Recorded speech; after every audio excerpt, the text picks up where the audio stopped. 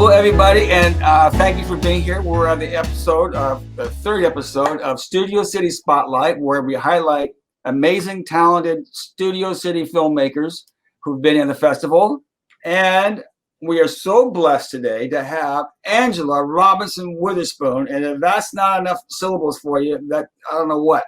What's your middle name? Steve, hi, Steve. That's enough. What is it? Margina. Perfect. Angela Margina Robinson Witherspoon is with us, and we're so thrilled to have her. I'm thrilled to be here. Comes from her ex-husband, her husband, John Witherspoon, who tragically left us in October. And I'm so glad to see you doing so well. You look beautiful as ever. Thank you. Thank you, Steve. And we're so glad to have you here. So let's talk about what you're doing. So let's. Well, I know you won an award you won Best Documentary at our Studio City Film Festival. Where's the award? There it is. Woo-hoo. Beautiful award. Cost a fortune.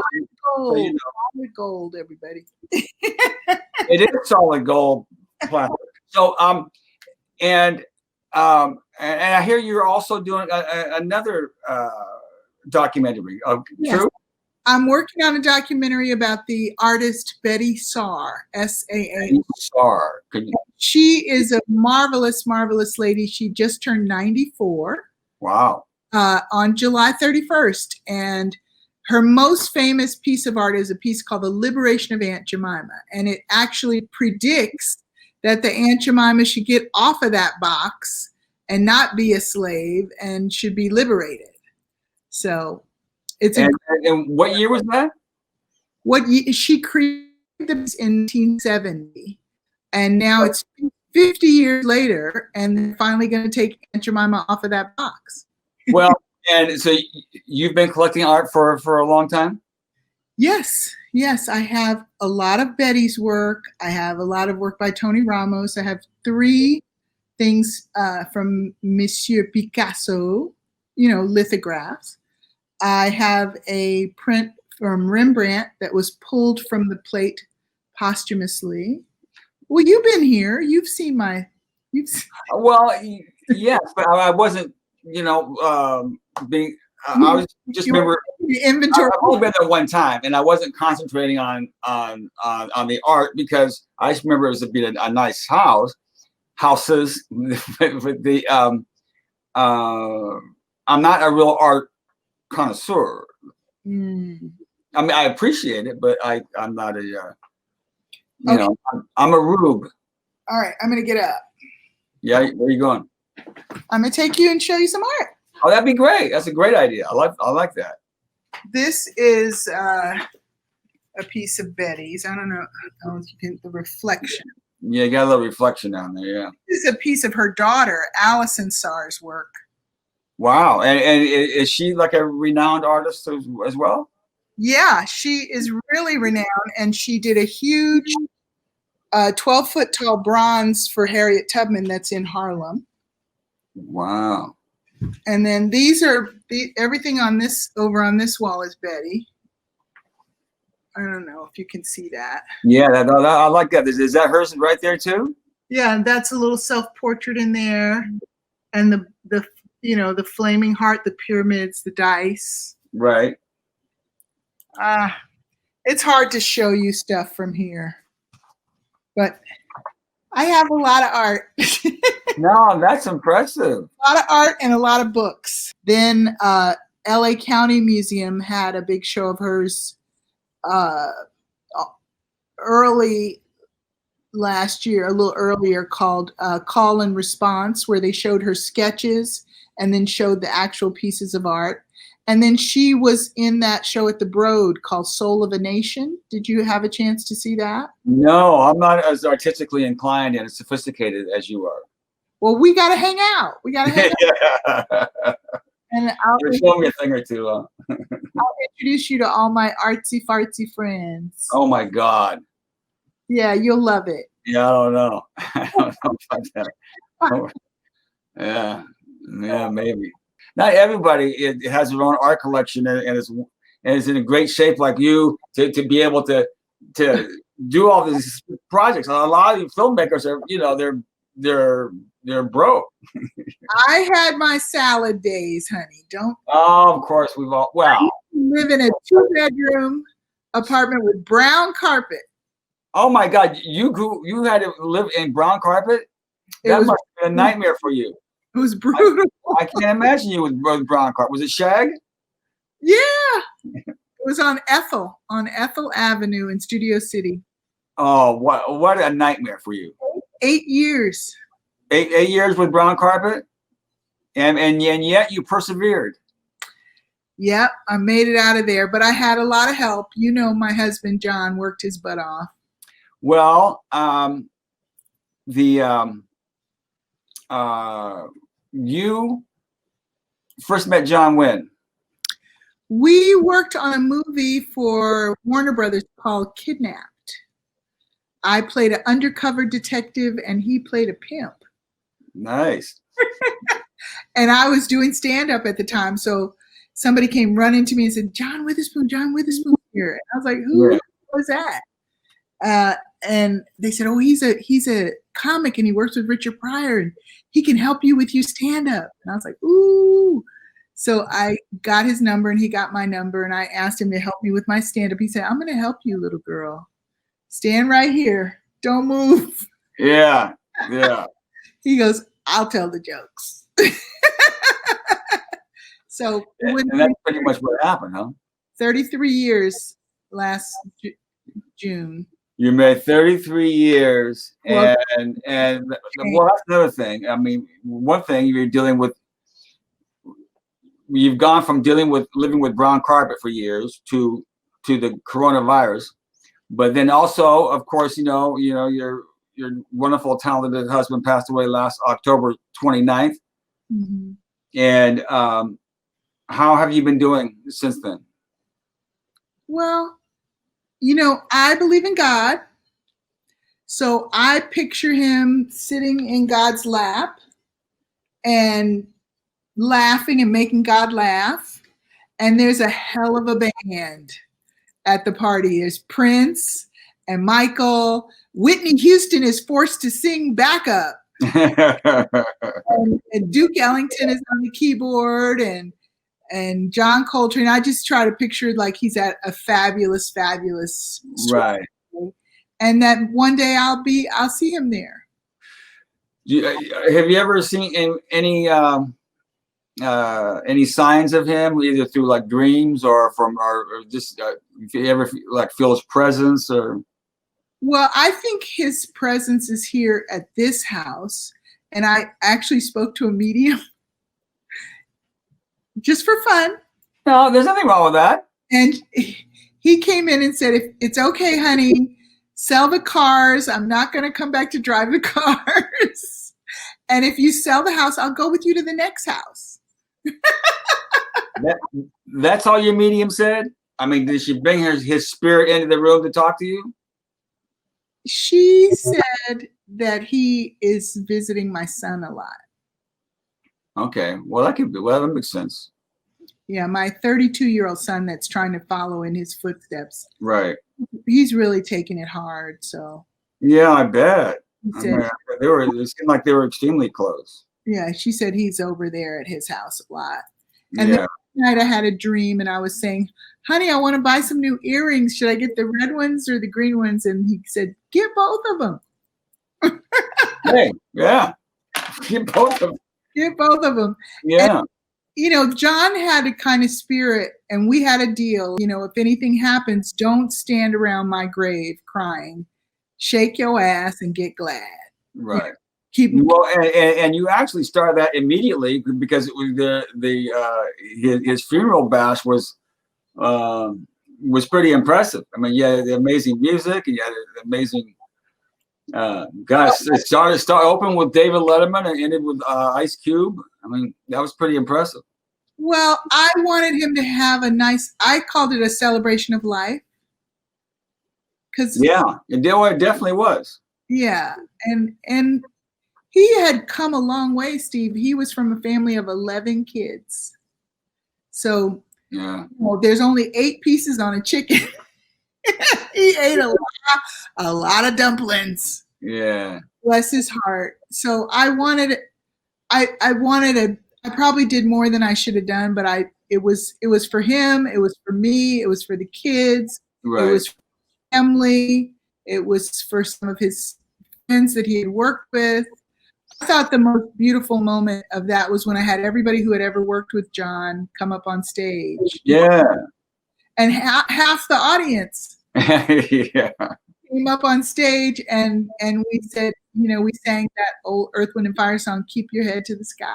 Yeah, I love that song. It's one That of my was- favorite, one of my favorite Earth, Wind and Fire albums.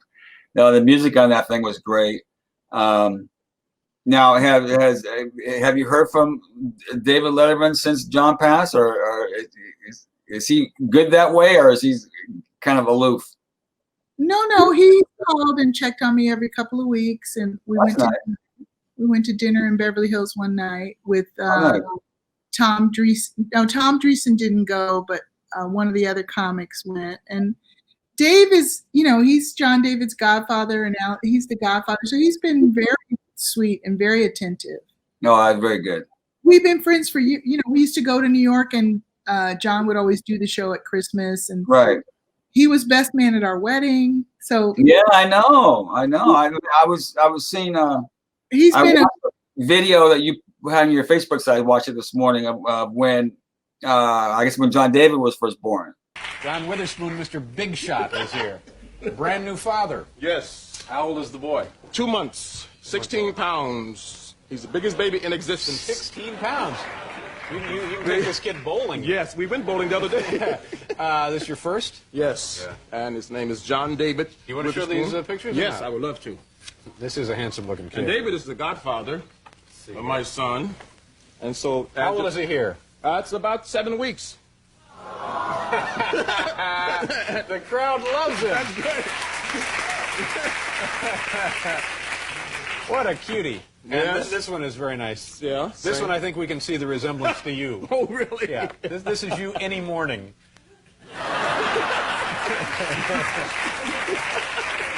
Well, at first he was like, is it like a dog? Does it do tricks? And I'm like, no, Dave, it's a baby. It doesn't do tricks. But now he has his own son. Yeah. And he's learned a lot about it. He still got the beard? Yeah. What's up with that thing? Chris Crinkle. Well, I don't get it. He had to shave every day for 30 years. He doesn't ever want to shave again. Think about it. Yeah, Like, even so. Television. Yeah, do something. There are a lot of guys with beards right now that don't look that great, but they're enjoying them. So. Well, yeah. And you know what? Make sure I don't grow one. Some people, what's that?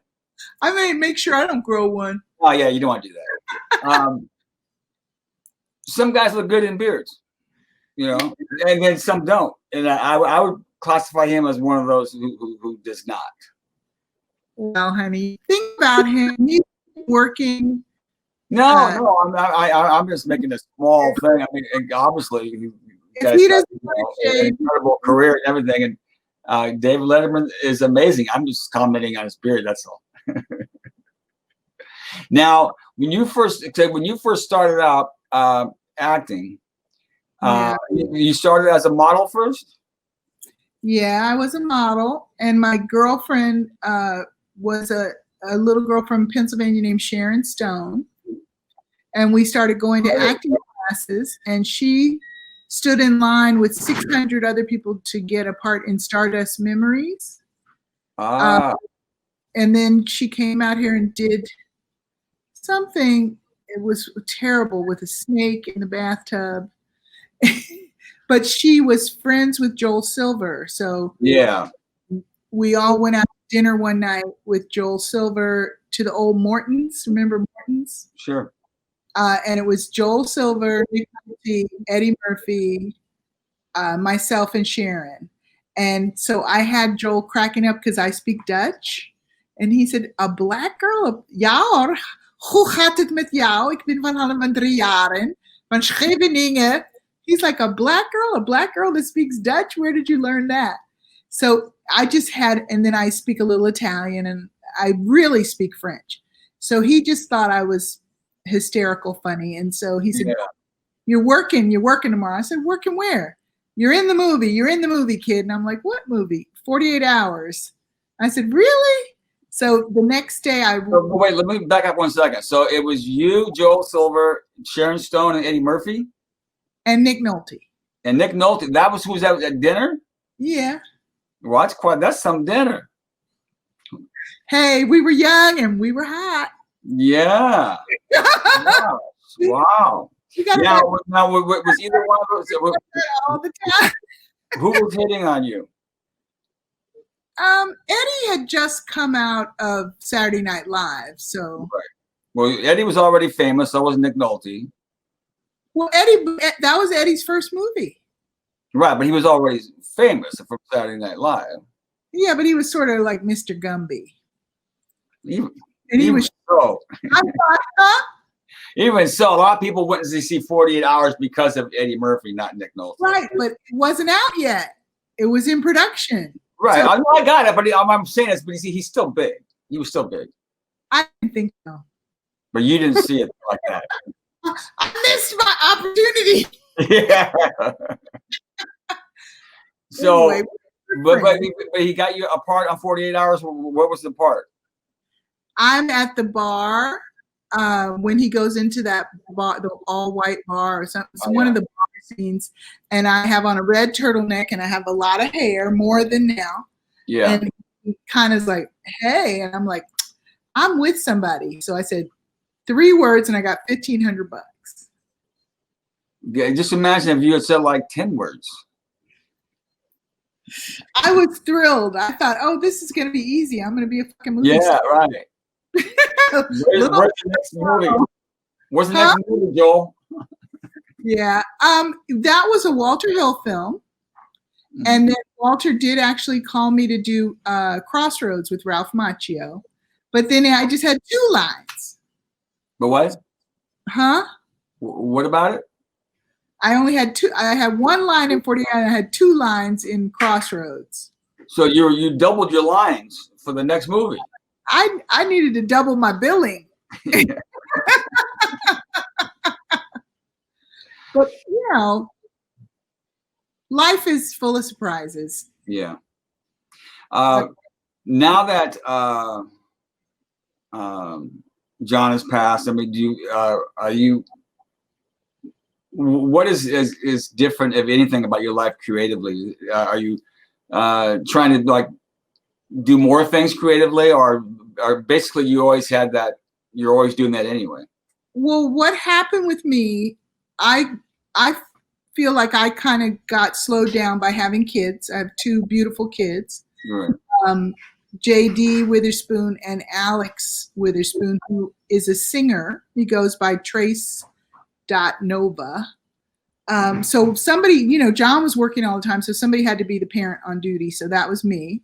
And now I went back to acting class 8 years ago, when I was 50 with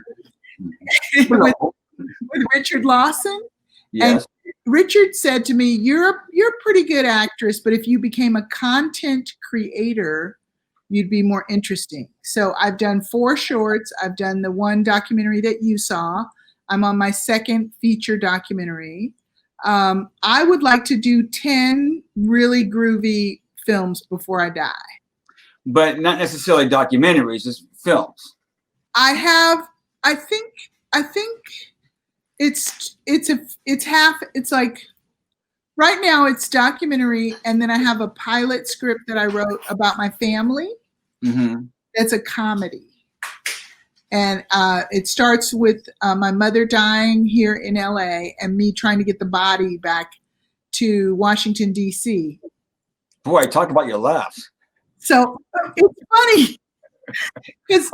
I remember your mother. Yeah. So you have to buy an ice tray, and they put them in the cargo.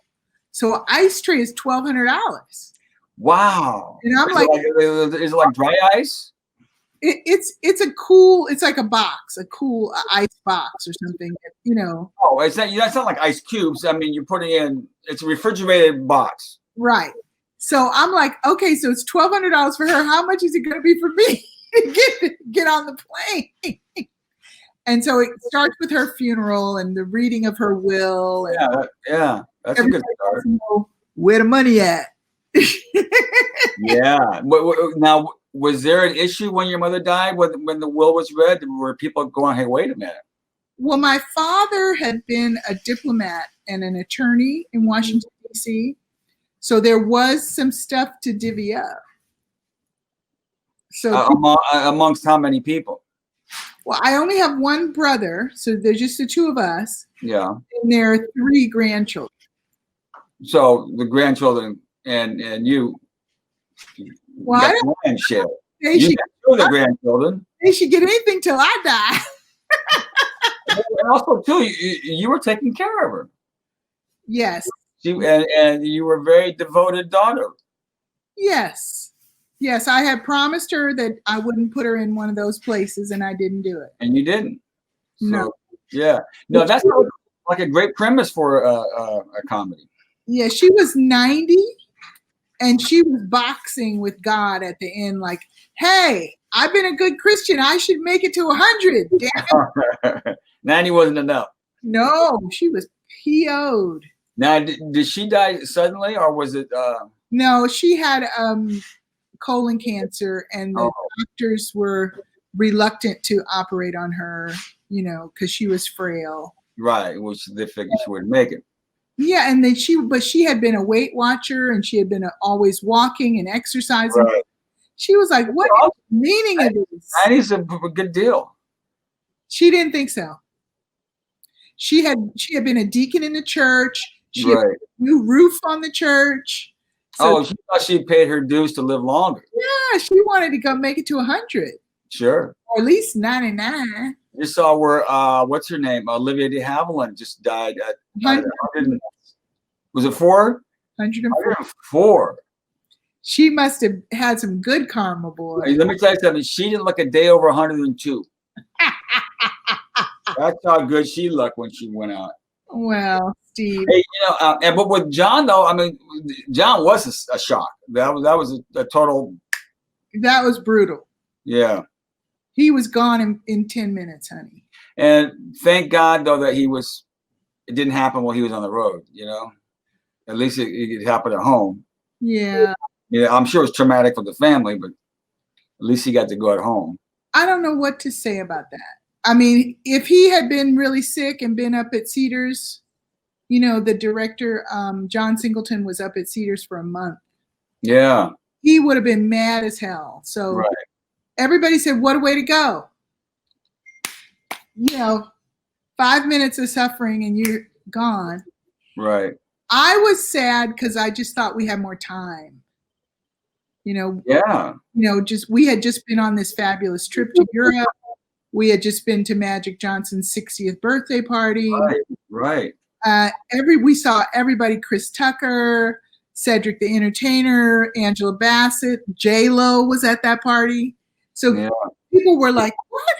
John? I was just dancing with John in Saint-Tropez, 3 weeks ago."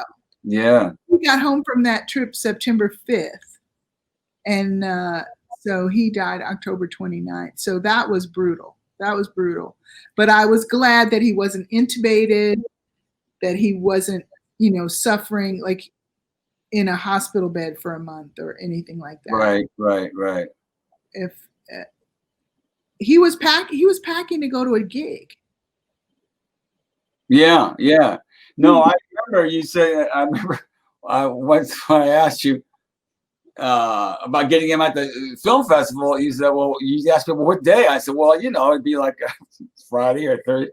No, honey, he's out of town every weekend. I said, "Every weekend." He's out of town like almost every single weekend all year long. I mean, it was he was the hardest working man in show business.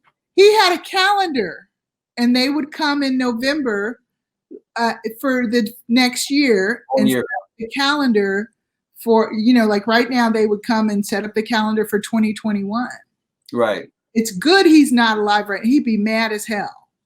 But, so they would have, he was managed by Levity. Do you know Levity? No. Levity is a company that Irving Azoff just bought half of it. Okay, I've heard of him. After he left Live Nation. Yeah. So he owned 32 improv clubs around the country. So John had a built-in 32 weeks a year to headline. And then if he added a one-nighter or a Constitution Hall or that theater, that fancy theater in Detroit. So I would say 52 weeks a year, he worked 42. Wow. Yeah. And he loved it. When he must have.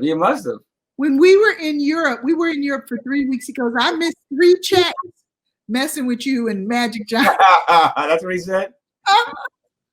He said, if Magic had a check coming, Magic wouldn't be here. He said, you better tell Magic to give me a check while I'm there. But we were thrilled to be invited to that party. It was lovely. That must have been a fantastic party. I mean, that sounds amazing. It was an embarrassment of riches. It was 4 nights.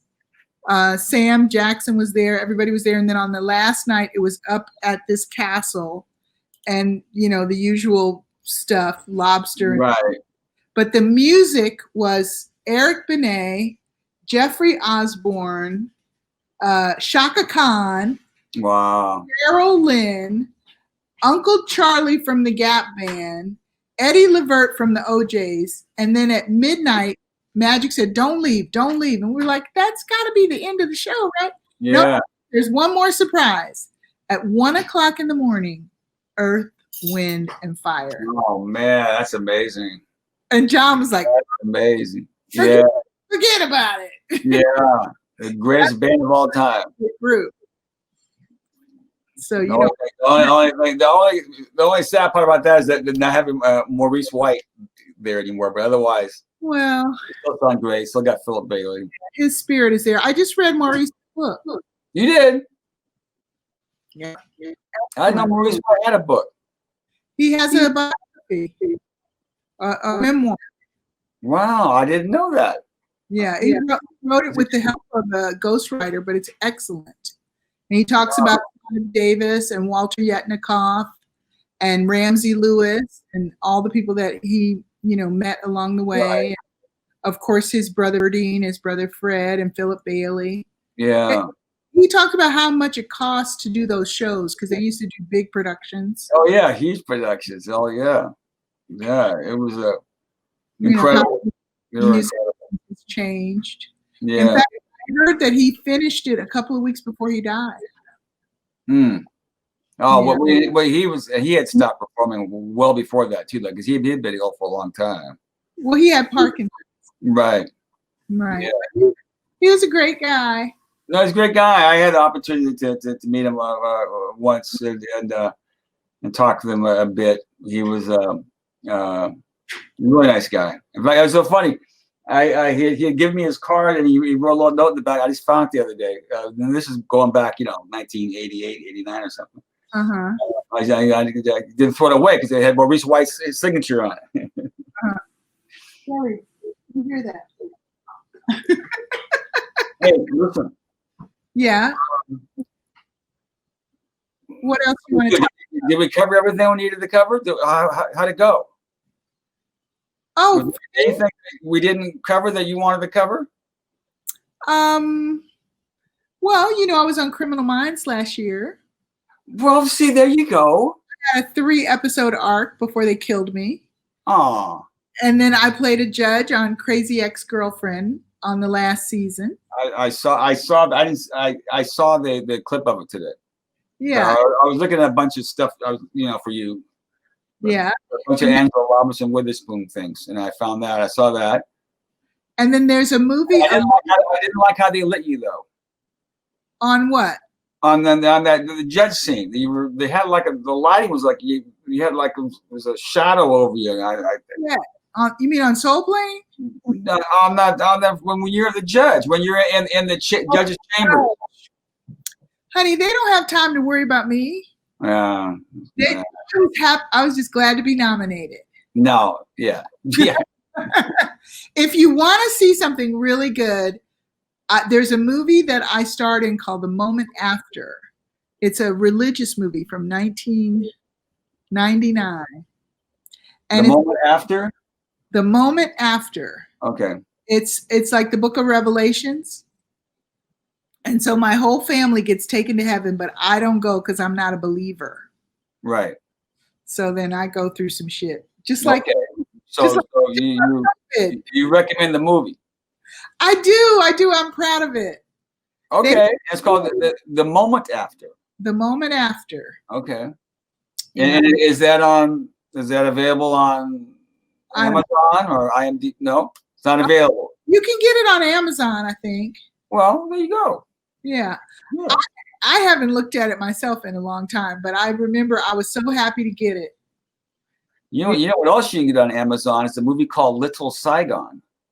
Are you in there? Oh, okay. I'm like the main guy. It's funny. If you watch, funny. What's that?